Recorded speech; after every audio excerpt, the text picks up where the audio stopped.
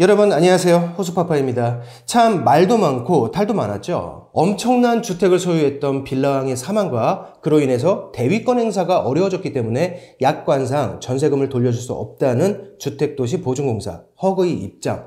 보증보험에 가입은 했지만 전혀 보호를 받지 못하는 임차인들이 전전긍긍하고 있다는 소식. 이게 왜 말이 안 되는 상황인지 허그의 보증보험 약관까지 살펴보면서 작년에 전해드린 적이 있었는데요. 아주 다행스럽게도 현재 임차인들이 허그를 통해서 순차적으로 보증금을 돌려받고 있습니다. 빌라왕의 1139채 중에서 전세 보증보험에 가입한 임차인은 총 656명이었고요. 지난 22일까지 139명, 2월 1일 기준으로 100명이 추가돼서 현재까지 총 239명의 전세 보증금이 안전하게 반환됐어요. 나머지 417명의 임차인들은 아직 만기가 도래하지 않았거나 보증이행 심사가 진행 중인 것으로 알려졌습니다. 보증이 이행되는 것은 당연한 일이에요.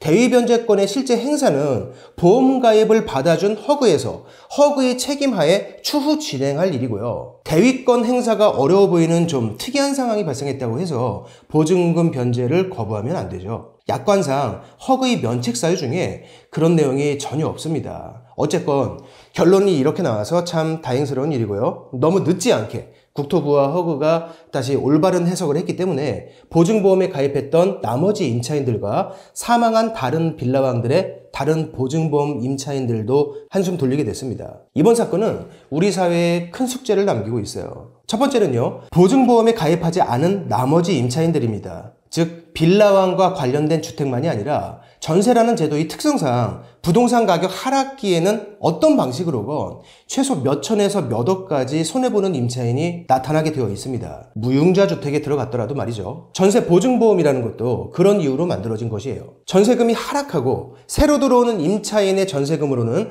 나가는 임차인의 전세금을 빼주지 못하는 그런 상황이 발생하는 시기에는요, 전세 보증보험에 가입하지 않은 임차인들 중에서 피해를 보는 임차인이 반드시 나올 수밖에 없습니다. 왜? 임대인에게 현금이 충분한 상황이라면 애초부터 전세를 놓을 이유가 없었기 때문이죠. 전세를 놓는 임대인의 현금 유동성 문제. 분명히 추후 반환해야 하는 임차인의 돈이지만 전세입자의 보증금을 빼주거나 급한 일에 사용하게 돼서 실제 임차인이 지급한 전세금은 임대인의 통장에 남아있지 않다는 것. 그 상황에서도 무자본으로 주택을 계속 사들일 수 있다는 현실. 전세가 일반화되어 있는 나라에서 이 매매제도의 허점에 대한 것이 빌라왕이 남긴 첫 번째 숙제이고요. 두 번째는요, 모든 전세 임차인들이 허그의 보증보험에 가입하면 좋겠지만 허그의 부실은 국민의 세금으로 메워진다는 것입니다. 현재 상태로 가면 허그의 전세보증보험은 곧 중단될 수밖에 없어요. 주택도시기금법에 따르면요, 허그의 보증총액 한도는 자기 자본의 60배를 넘지 못합니다. 2020년에 47.4배, 2021년에 49.2배, 작년에는 54.4배 계속해서 늘고 있고요. 허그의 예상으로는 올해 59.2배, 내년에 66.5배까지 상승할 전망이라고 해요. 즉, 이 상태로는 올해 말에서 내년 초경에 허그는 더 이상 보증보험 가입을 받을 수 없습니다. 이런 상황이 벌어지는 것은 전세보증금 사고가 크게 늘었기 때문이죠. 허그에서 피해 임차인들에게 대위 변제해준 금액도 최근에 엄청난 폭으로 증가했어요. 현재 정부는요, 일정 소득 이하 청년층의 전세 보증보험 요금을 정부가 대신 부담해주는 그런 제도를 추진하고 있습니다. 원래는 일부 지자체에서만 시범적으로 하던 것인데요, 이걸 정부 차원으로 확대하겠다는 거죠. 즉, 전세를 살게 되는 청년층의 보증보험료를 국가에서 세금으로 지원하고 거기에서 사고나 사기가 발생할 때는 그 보증금도 국가가 세금으로 배상해주는 그런 시스템이 되는 거예요. 임차인들을 보호하는 것은 정부가 해야 하는 중요한 일 중 하나입니다. 하지만 무력의 눈이 먼 엄한 놈들이 대형 사고를 계속 치고 있고 그 뒷수습은 결국 국민의 세금으로 메꾸고 있다는 지적이 나올 수밖에 없는 상황이죠. 그리고 말씀드렸다시피 허그의 보증보험은 법률상 곧 중단될 위기에 놓였어요. 현재 정부는 전세 사기 방지를 위해서 여러 가지 정책을 준비 중입니다. 그 중에 몇 가지는 발표도 했고요. 악성 임대인의 명단을 공개하거나 안심전세 앱을 통해서 해당 지역의 전세가 수준을 공개하는 것, 다 좋습니다.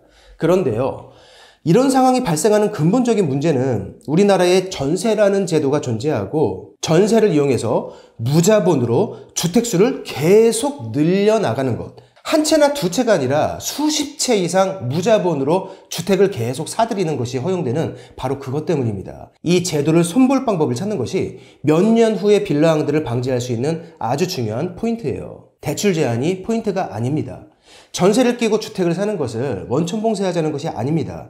임대인이 전세를 놓는 것 자체가 잘못되었다는 것도 아니고요. 다만 세를 주고 있는 임차인들에게 돌려줄 보증금이 하나도 없는 상태, 그 상태에서는 전세를 이용해서 무자본으로 또 다른 주택들을 계속 매수해 나갈 수 없도록 주택 매매제도 자체에 뭔가의 장치를 하는 것, 그게 근본적인 대책입니다. 그래서 제가 보증금 반환 보증률 제도를 계속 주장하는 거예요.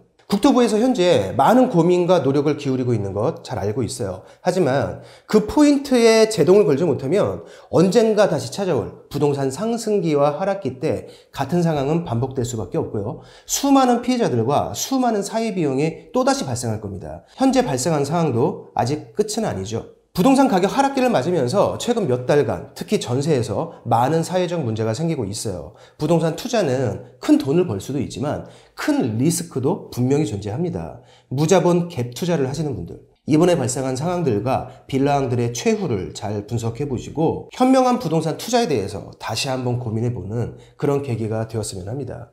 오늘 영상은 여기서 마치겠습니다. 고맙습니다.